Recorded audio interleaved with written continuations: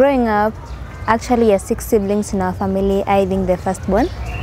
But by bad luck, my mom passed away 2008. So we were 3 by then. Then my dad remarried. We had a stepmom, so we are now 6. She has 3 siblings. Yeah. So by then, you know, growing up with somebody you don't know, you're not open to her. That mother love that we used to have, it was not there. Yeah, but I thank God she has been with me up to now. And support and I can't complain. She's trying even her best. Yeah. At the age of 12, 13, when I was just a young kid, there was this neighbor who used to abuse me sexually. Alikuwa ananithreaten in one way or the other. But being that I was so much introvert that I never used to share out my feelings with anybody, because my dad was that harsh person and I was not open to my mom that much because I was not close to her. And I didn't have those relatives or anybody close to me. Because my dad is like, hapendi stories za nyumba yake, like people knowing just inside the house. So the guy used to abuse me. You mentioned that this guy used to abuse you. Is it something that happened mara moja or it happened a couple of times? A couple of times.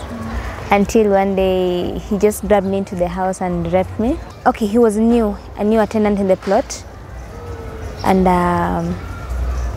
the first day the guy saw me, he was like, when I show up here, I was like, the guy used to stay in 4th floor.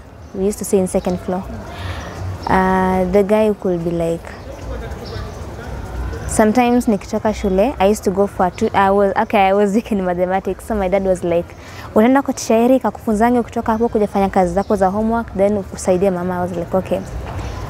So this guy akachukulia advantage because they were in the same floor with the teacher. Akachukulia advantage hapo hivyo.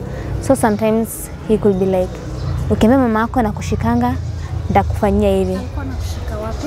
He used to catch my private parts. He used to touch my body. So I couldn't explain it to anybody. So, you know, a mother, even though she's not a mom, she has that feeling that there's something wrong with my daughter. Sometimes she could be like, enda uko juu, fanya hivi. I could be like, hapana mom, tuma huyu mdogo, mimi sitaki kuenda. Saa leo ukienda kwa niko uko juu, I was like, hapana mtume huyu, mimi sitaki kuenda. And most of the time, to avoid meeting with the person kwa stairs ama around, nilikuwa nakaa kwa nyumba 24/7. Ama nikitoka shule najifungia kwa nyumba because I was afraid. Because it was like, nikikushika ukiambia mama yako tena kufanyanga hivi, nitakuchukua okay, you know, we were kids by then, nikutupe rowe. So that fear, I couldn't tell anybody. I was just by myself, crying, doing nothing. So when the day came, the day the guy raped me is when my mom sent me to hang the clothes because hakukuwa around. So that's the day when the guy raped me, but due to the help of the neighbors, I was attended for very fast. They took me to hospital in Isili. I don't remember the name, but Najetiko Isili. It helps the raped women and girls and those injured. So when I was taken there, they helped me out and they did some tests for me. And I didn't know what was going on. I was just like, chukua hizi madawa, nini. So I was like, I couldn't question that much. So there was this day I just asked my dad, mbona kila siku nashinda na meza dawa na mimi si mgonjwa, na mezanga tu hizi madawa mimi si mgonjwa, niko tu na hali yangu iko tu sawa. My dad could be like, wewe meza tu utapona siku moja. So I never knew anything about that. My dad saw that this thing was not going on well. He took me to a boarding school in primary, at least because nilichukua hiyo nini ya kuchukia men. Ilibidi nimegeni. I used to hate all men, even my younger siblings. I used to hate them because I felt like my right, I was not free. Your younger siblings ni vijana? Yeah, I only have 1 sister and 4 boys, so I used to hate them. So my dad was like, ikiendelea hivi itakuwa mzuri. He took me to a mixed school in Kericho, boarding school, at least niongee nao, niishi nao, at least that love to come back. It was also challenging because it was so difficult taking drugs, because you know in high school you're not near home, watu wako mbali. Saa zingine madawa zinakuishia shule, ujui utaanza utambia nani. You are like, mjua ukiingia shule unaambiwa mwalimu anakuanga hivi, huyu ako hivi. So you're like, whom will I call, whom will I tell? Na mostly mkienda kupiga simu kwa mwalimu, people are crowded. So una your privacy like, dad, nataka kukuambia my medicines are over. So I complained. I remember it was a half time. I complained to my dad. I was like, Dad, mimi siezani nayo kwa sababu zingine dawa zinaisha. I stay even for a week. Siwezi kuambia dawa zimeisha, and I feel bad because mmoja pia ukienda hospitali anakuambia hujakuwa unatumia dawa vizuri, naona viral load yako si mzuri, so you lose hope again because they're like, hizi dawa ndio maisha yako. Like, you're not living your life, you're living with the drugs to live. So my dad was also worried about that. So the only thing he could do, alikuwa anaenda hosi, anachukulia mingi. At least zikiisha, ikuwa imesha kama tumefunga shule. To avoid that ups and downs. Because pia ilikuwa ngumu, atume kwa gari from Nairobi to Busia. Tena atume mwalimu achukue. Pia mwalimu alikuwa like, huyu ameletewa nini? They want to open the package and see kitu iko ndani. So my dad was like, no, acha mamako atakuwa anakuchukulia mingi. And at least ukienda shule itakuwa better. Pia hapo shule ni ngumu kuzimeza. You know, people are like, udema anamezanga hizi madawa, mbona kila siku naisa tu?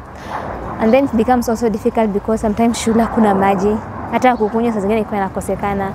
So sometimes I used to take it that way. And the one day I explained to the doctor, nilikuwa nenda kwake kuchukua madawa, akaniambia hiyo si poa. Ukiendelea kumeza madawa hivyo ita cause ulcers kwa tumbo yako, hizo vidonda za tumbo. I remember we used almost months tracing the guy, going to the courts, but actually mnaambiwa murudi, and I used to miss my lessons most of the time. So I gave up on the way, and I was like, Dad, tutaendelea kufuatilia kesi mpaka lini? Ukienda kotini ni hivi. We used to go to Milimani court. Ukienda hivi unaambiwa leo hivi, mara mrudi Muthaiga muangalie sijui nini. So it was tiresome. We spent money on the road. We could spend the whole day waiting. So my dad was like, when rudi tu some, but don't keep it in mind. Just let go. And I thank God for giving me ile moyo wa ku let go vitu easily and to forgive. I just told my dad, cause imekuwa hivi, just forgive the person. One day, one time, the justice will be on our side. We will get that thing we want. Achia Mungu afanye yake, anaachia raia wafanye yake kama serikali. If the guy atapatikana, well and good. Kama atapatikana, ni sawa. Maybe one day, one time, atarekebisha tabia yake and things will be good to go. Yeah. And I can see you're pregnant. How is it right now for you? Actually, pregnancy is not that easy. Because, people knew me as like, okay, mimi nile mtu wa hujui kama nimetoka, hujui kama niko, because most time I spend in the indoors. Okay, I getting pregnant, I know it was a surprise to many. And as for me, I was like, I thank God because one, I know I'm fertile enough. Two, I thank God because sikuwa na mindset ya toa hiyo mimba. I never had that. I was like, okay, kila mtoto anakuja na sani yake. Maybe she or he might help me one day in future if I need help. So when I got pregnant, okay, I was just dating, yeah, and the things happened. I never knew I was pregnant because one, I never had the signs. I never showed any sign of being pregnant until I was 4 to 3 months. Oh, wow. Yeah. So I told my mom and she was like, I knew you were pregnant, but sikutaka kukuambia. Nilikuwa nataka wewe mwenyewe uniambie uko na mimba. She was surprised too. My dad was also surprised. And they were like, okay, tumekubali imefanyika, hatuwezi kufukuza wewe mtoto wetu, imefanyika yote. So what we can do, it's only support you. And maybe you talk to the guy mwenye alikupea mimba kama pia ataku support. Anakusupport? Yeah, the guy supports me, but currently things have not been good in the company. Sometimes the salary gets delayed. So we have to understand also. Sometimes atakwambia tuletu kidogo nikilipwa I will do this and that. So yeah, he does support me and I can't deny that. So me going to the clinic, wakanambia mtoto ako breech. So I never understood those terms and words. So I was like, I don't understand, let me just go home and nitulie tu. Until recently, my mama akaniambia, "Unisaidie kitabeka clinic nione." Mimi nikampea, and she was like, naona hapo umeandikiwa bridge stage. Mmoja wa mtoto yuko vizuri kwa tumbo. And I'm like, how? Though she explained to me, akaniambia ati mtoto hayuko ile position anafaa kuwa sahi, because sahi kisha inafaa kuangalia chini, but yeye bado amekaa. So there's high chances wewe kwenda CS. So I was like stressed. I was like, how? Is it a punishment being pregnant? Is it? Because she was like, as for me, size kudanganya. I don't have any money with me. My dad too hana pesa, because currently my dad's and 2 aunts have passed away. They need money. My siblings need school fee. My brother wants to complete his form 4, needs money. So they're like, sasa tuna pesa. Na the only thing ni kwenda Pumwani, ufanyiwe hizo maskani, uandikiwe file mapema, just in case anything happens now, you'll be safe.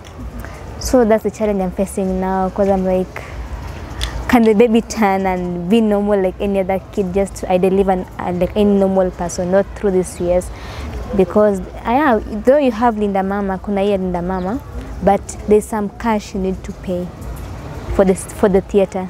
Ingekuwa normal ni free, but theater you have to pay. Yeah. Kuna wale teen moms wako pale nje and they're going through the same experiences. What would you tell them? Actually, what I can tell any teen mother around there, don't take things or grudges, like maybe you got pregnant through rape. Don't take that child as unilimpata kwa kubakwa. No, just let go, appreciate what God has given you, just be free, socialize with people. Okay, as for me, when I got pregnant and my tummy started showing, I couldn't walk, totally I couldn't. I used to wear those baggy deras. So I was like, my mom was like, imefanyika, kuwa too free. Yeah, what ataongea, people will talk. Yeah, they talked.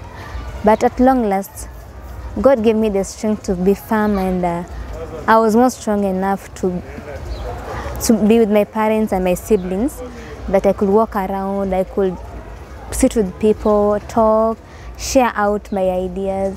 So I could tell them to take things the way they are.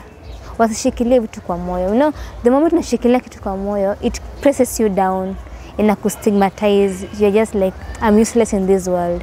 Yeah.